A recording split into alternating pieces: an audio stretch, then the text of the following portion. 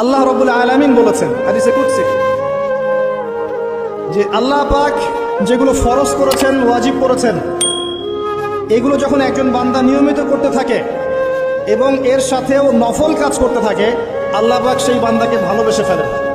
যখন আল্লাহ পাক কাউকে ভালোবাসেন তখন জিবরাইল আলাইহিস সালামকে ডেকে নিয়ে আসেন।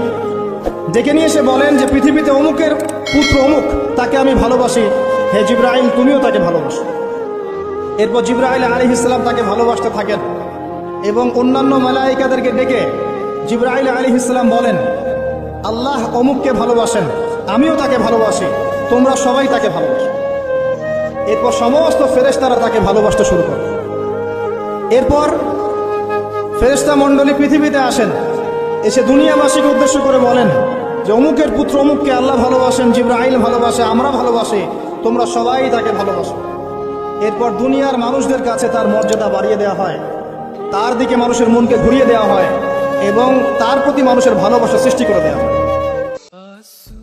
তার দুনিয়া আখিরাতের নিয়ামত সে বান্দাকে দান করেন। সুবহানাল্লাহ।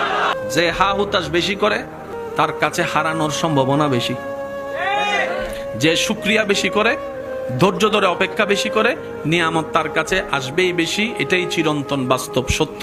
চিৎকার দিয়ে বলেন সুবহানাল্লাহ। কত কিছু চাইলাম, পাইলাম না, দিল না আল্লাহ।